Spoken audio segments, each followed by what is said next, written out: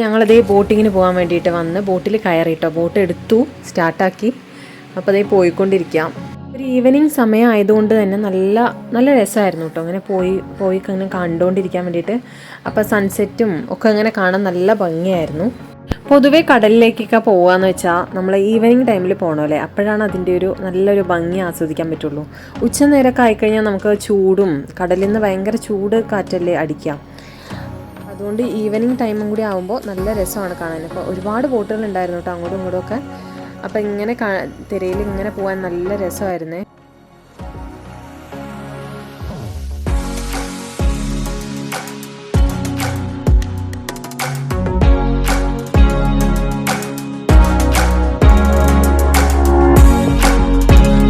ഒത്തിരി ആളുകളുണ്ടായിരുന്നു കേട്ടോ ഇതിൽ.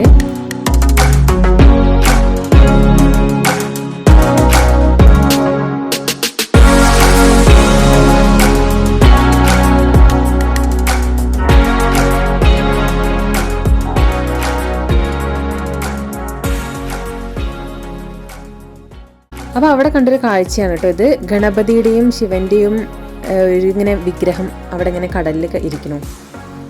കാരണങ്ങളൊന്നും നമ്മൾ ചോദിച്ചില്ല കേട്ടോ, ആരോടും അറിഞ്ഞില്ല. നേരായി, അപ്പോൾ പിന്നെ അങ്ങനെ വന്നു. അത് ഞങ്ങൾക്ക് അമ്പലം തൊഴാൻ പറ്റിയില്ലല്ലോ, അപ്പോൾ ഞങ്ങളത് ഇപ്പോഴാണ് കേട്ടോ അമ്പലത്തേക്ക് തൊഴാൻ പോയത്. അപ്പോൾ വലിയ തിരക്കുണ്ടോ ചോദിച്ചാൽ തിരക്കുണ്ട്, പക്ഷെ ഞങ്ങൾ പെട്ടെന്ന് തൊഴുത് ഇറങ്ങി. കുറച്ച് നേരം അവിടെയൊക്കെ നിന്ന് കണ്ട് ഇങ്ങനെ ഓരോരോ കൊത്തുപണികൾ കാണാൻ തന്നെ നല്ല രസമാണ് അവിടെ, പെയിൻറ്റിങ്ങും എല്ലാം. തമിഴ്നാട്ടിലുള്ള അമ്പലങ്ങളുടെ ഒരു പ്രത്യേകത തന്നെയാണ് കേട്ടോ ഈ ഒരു കൊത്തുപണി എന്നുള്ളത്. അപ്പോൾ അതേ അവിടെ നിന്ന് കുറച്ച് ഫോട്ടോ ഒക്കെ എടുത്തു.